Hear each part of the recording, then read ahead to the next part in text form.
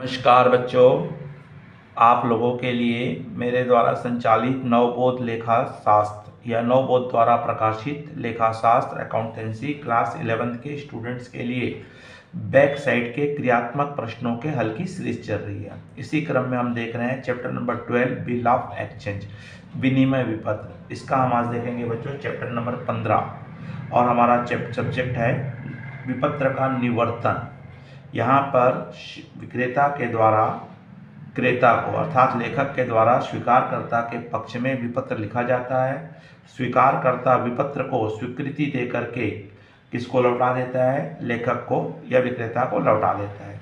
अगर यदि क्रेता स्वीकारकर्ता समय के पूर्व भुगतान करना चाहता है, तब ऐसी स्थिति में वो लेखक के सामने ये प्रस्ताव रखता है। अगर लेखक उसमें कुछ परसेंट डिस्काउंट दे करके ये छूट का प्रावधान दे करके भुगतान लेने का अधिकार या भुगतान करने के लिए सहमति देता है, तो ऐसी प्रक्रिया को ही, इस क्रिया को ही यहाँ पे विपत्र का निवर्तन कहा जाता है। हम साधारण शब्दों में यही कह सकते हैं, स्वीकारकर्ता के द्वारा क्रेता के द्वारा समय के पूर्व विपत्र का भुगतान करना ही विपत्र का निवर्तन कहलाता है। तो इससे रिलेटेड हम देखते हैं बच्चों क्वेश्चंस। अगर आप इस चैनल में नए हो या पहली बार देख रहे हो तो तत्काल इस चैनल को सब्सक्राइब कर दीजिए, आइकॉन बेल को पुश कर दीजिए, जिससे कि आपको आने वाले सभी वीडियो की सूचना मिल सके। चलिए बच्चों देखते हैं क्वेश्चन नंबर 15 क्या कह रहा है। तो प्रश्न कह रहा है, श्याम ने 1 जनवरी 2006 को अपने ऋण के भुगतान में रोहित के 3 माह अवधि वाले 5,000 रुपये के विपत्र पर स्वीकृति दी है। श्याम ने इसे 5% वार्षिक कटौती पर इस विपत्र का भुगतान देय तिथि के 1 माह पूर्व कर दिया, लेखे कीजिए कहता है। तो सबसे पहले यहाँ पे हम रोहित की बुक बनाएंगे, क्योंकि रोहित लेखक है और श्याम स्वीकार करता है। तो रोहित की बुक में बनेगा तो बिल्स रिसीवेबल अकाउंट DR स्वीकृति पत्र मिल रहा है, तो बिल्स रिसीवेबल अकाउंट DR या bill BR account DR to Shyam. तो यहाँ पे आपको श्याम ने बिल को विपत्र क्या कर दिया है? स्वीकृति दी है। अब हमारा यहाँ पे अमाउंट है 5,000 रुपये का अमाउंट है, और यहाँ लिख देंगे accepted bill receive, accepted bill receipt, स्वीकृत विपत्र इसको क्या हुआ? मिला है। अब ये ड्यू डेट के पहले पेमेंट कर रहा है, तो ड्यू डेट के पहले पेमेंट मिल रहा है इसको। तो सबसे पहले हमको यहाँ पे 5,000 रुपये का 5% है, 5%। और यहाँ कितने माह के लिए लिखा था विपत्र को? 3 माह के लिए लिखा था। 1 माह पूर्व भुगतान कर रहा है, मतलब इसमें 1 माह का ही इसको आपको क्या मिलेगा? छूट मिलेगा। तो 1/12 करेंगे तो इसका अमाउंट कैलकुलेट कर लेंगे अपन इसको। तो 5,000 का पहले आप 5% निकाल लीजिए, तो 1 ईयर का होता है तो 250 रुपये की छूट मिलती है, डिवाइडेड बाई 12, क्योंकि 1 माह पूरी बुनाया है तो 20 रुपये 83 पैसे आता है। तो इसको हम 20 रुपये 83 पैसा आता है, तो इसको 21 रुपये भी हम मान सकते हैं। या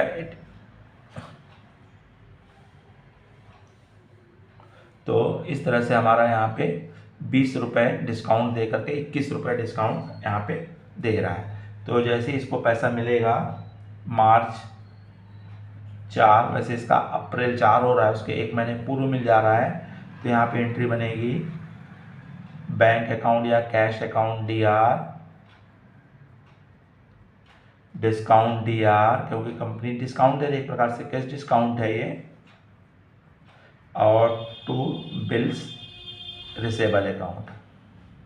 और यहाँ पे आपका आ जाएगा कट के 4, 9 और 7 ले सकते हैं, और यहाँ पे हम 21 रुपीज़ ले लो राउंड फिगर में, और इस तरह से टोटल 5,000 को मिलना था। तो bill retired under rebate, bill retired under rebate. तो बिल हमको छूट में मिल गया है। इसके हम सेकंड बुक में देखेंगे बच्चों, श्याम की पुस्तक में देखेंगे। तो श्याम की पुस्तक बनाएंगे, यहाँ पे श्याम की बुक बनेगी तो श्याम की अपोजिट हो जाएगा। तो 2006 1 जनवरी को रोहित को अब बिल दे रहा है, तो रोहित अकाउंट DR हो जाएगा और 2 हो जाएगा बिल्स पेबल अकाउंट, और नरेशन लिखेंगे एक्सेप्टेंस गिवन ऑन बिल, और अमाउंट आएगी 5,000 रुपये की। सेकंड एंट्री ड्यू डेट के पहले ये क्या कर रहा है, पेमेंट कर रहा है, तो वही कैलकुलेशन जो हम कर चुके हैं, डायरेक्ट पेमेंट हो जाएगा। बिल्स पेबल अकाउंट DR और 2 कैश अकाउंट, और इसको डिस्काउंट मिला है डिस्काउंट अकाउंट। तो 5,000 रुपये देना था, ये दे रहा है 4,979 और 21 रुपये डिस्काउंट का। बिल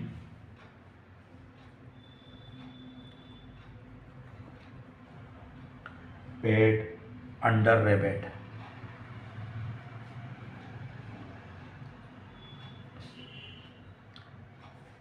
बिल का भुगतान छूट की स्थिति में उसने किया है। तो बच्चों, अगर आपको ये प्रॉब्लम समझ में आया होगा तो लाइक कीजिए, अधिक से अधिक अपने मित्र साथियों को शेयर कीजिए। नमस्कार, जय हिंद, जय भारत।